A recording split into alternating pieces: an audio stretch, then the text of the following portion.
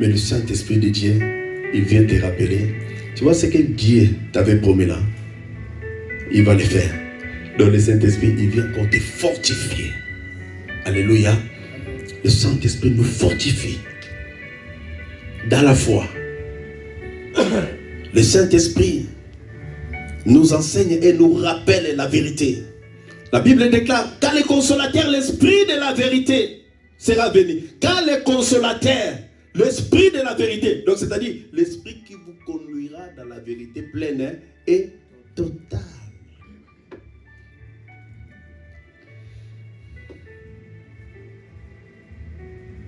Le Saint-Esprit apporte les changements dans la vie d'une personne. Alléluia. Amen. Désire cette puissance. Désire cette puissance.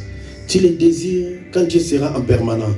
Toi-même, tu vas voir que non, même tes réactions, ta façon d'agir, ta façon de faire les choses vont complètement changer. Et c'est le Saint-Esprit de Dieu qui va prendre maintenant la commande. Amen. C'est le Saint-Esprit de Dieu qui va commencer maintenant à te guider. Là où tu étais agité, comment il est devenu comme ça? Alléluia. Parce que le Saint-Esprit a agi. Le Saint-Esprit de Dieu a transformé. Des fois tu répondais, tu disais non, moi je ne mets pas l'eau dans la bouche. Oui, on sait que toi tu ne mets pas l'eau dans la bouche. Mais quand le Saint-Esprit vient, il met l'eau douce dans ta bouche. Là où tu avais l'habitude de répondre ça pour autant réfléchir. Non, tellement que le Saint-Esprit est là. Donc juste par ta façon de répondre, par ta façon de faire les choses, on dit non, ça, cette transformation, ce changement, c'est la puissance du Saint-Esprit. Donc n'attends pas que les boiteux puissent marcher. N'attends pas seulement que les aveugles puissent voir. Non, je dis toujours un grand miracle. C'est quand une personne donne sa vie à Jésus. Amen. La transformation de ta vie. Tu sais, aujourd'hui tu peux être guéri de ta maladie, mais tu rates le ciel. De ta situation difficile là, de tes épreuves aussi, des blocages, on dit non, j'avance pas malgré je travaille, mais non, il y a toujours des blocages, les choses ne marchent pas. Mais aujourd'hui, Dieu peut tout débloquer. Dieu peut tout changer. Mais le plus important, c'est la transformation de ton cœur. Le Saint-Esprit est capable de le faire. Le Saint-Esprit de Dieu est capable de le faire. Désirons la puissance du Saint-Esprit. Désirons la puissance du Saint-Esprit. Nous sommes les témoins de Dieu. Nous sommes les témoins de Jésus. Les témoins de Jésus. Nous voulons témoigner Jésus non seulement en parole, qu'il y ait aussi de la transformation dans la vie des gens. Qu'il y ait aussi des guérisons, oui. Qu'il y ait aussi des changements, oui. Désirons la puissance du Saint-Esprit. Laisse la place au Saint-Esprit. Laisse la place au Saint-Esprit. Tu y as lutté pendant longtemps. Parce que l'homme veut beaucoup plus se réfléchir. Non. Avec la petite tête, c'est compliqué. On veut raisonner. Comment va Dieu va faire? Comment? Marie aussi a demandé. Comment cela se fera-t-il? Vous avez le comment là. Laisse ça dans la main de Dieu. Toi, rentre seulement. Dis Seigneur, je m'abandonne à toi. Le comment là, je mets ça à côté. Donc je rentre dans les champs de Dieu. Moïse aussi s'est posé des questions. Comment, avec la grandeur de Pharaon là, comment? Dieu dit, qui a fait la bouche de l'homme? Qui a mioué, qui a soumioué. Donc Dieu avait la capacité de mettre les paroles dans la bouche de Moïse. Dieu est capable de faire les choses que toi-même tu ne t'attends pas. Dieu est capable de réaliser les choses au-delà de notre pensée, au-delà de ce que l'homme peut comprendre. Laisse seulement Dieu faire. Désirons la puissance du Saint-Esprit. S'il faut insister, insiste encore. L'onction vient quand une personne prie le Seigneur.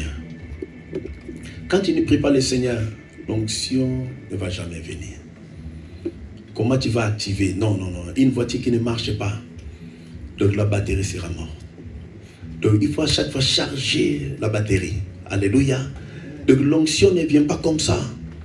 L'onction vient quand tu es dans la prière. Quand tu pries le Seigneur, quand on dit on va prier le Seigneur, Tu pries le Seigneur avec le mot que Dieu met dans ta bouche. Toi, tu commences à prier le Seigneur. Même s'il faut répéter les mêmes mots, non, je répète. Je n'ai pas besoin de regarder la personne qui est à côté de moi, non, parce que moi, je ne sais pas comment formuler les phrases. Non, non, non, tu n'as pas besoin de formuler les phrases. Ton Père, le Dieu vivant, il sait ce que tu as à lui dire. Toi, connecte-toi seulement avec Dieu. Sois seulement branché au réseau de Dieu. Alléluia. Non, il faut activer cette onction-là. L'onction, ça fait du bien. La puissance du Saint-Esprit, ça fait du bien. Comment témoigner Jésus sans la puissance? Alléluia. Même dans des prières de délivrance, quand on chasse les démons, on chasse les esprits. Quand les esprits se manifestent, il y a des esprits qui parlent. Des fois, on n'a même pas besoin que les esprits puissent parler. Donc, on ordonne seulement aux esprits de quitter, de libérer la personne. Tu sais, ça fait du bien. Tu te vois supérieur aux esprits qui ont commandé la vie d'une personne pendant des années, des années. Regarde comment ça fait. Alléluia.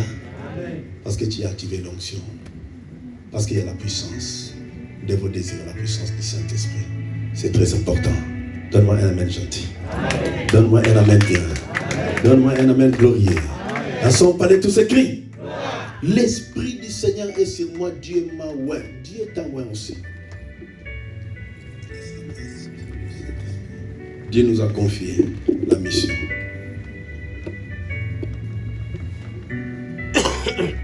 Dieu nous a confié une mission.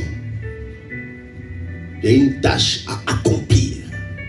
Et cette tâche a besoin de la puissance, a besoin de l'onction. Regarde le temps que tu passes dans la distraction. Rabo shekere kete maya rabo skanta. Ribo sanda ya rabo shetere bekenda ya bosa. Epreke maya rabo santo. Ribo skondo robo sheteba. Le temps que tu passes peut-être ribo saya raba kashetere beke. Le temps peut-être que tu passes dans la distraction et le temps que tu consacres à Dieu. Alléluia. Non, consacre au moins une heure à l'Éternel. Parce que tu ne veux pas transpirer. Tu ne veux pas mouiller les maillots. Non, des fois il faut mouiller les maillots. Et quand tu sortiras, quand la gloire de Dieu, quand l'onction de Dieu sera activée, toi-même tu verras que non, il y a un changement. Et les bagages que tu portais, les charges que tu portais, tu verras que non, tu es léger. Parce qu'il y a l'onction. Alléluia.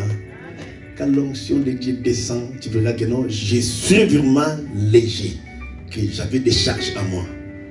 Non, on a besoin de cette onction. Alléluia. L'onction de Dieu, la puissance du Saint-Esprit va transformer ta vie, va changer ta vie. Les choses impossibles aux yeux des hommes, cela est possible à Dieu. Alléluia. Cela est possible à l'Éternel. Toi seulement, reste connecté à Dieu.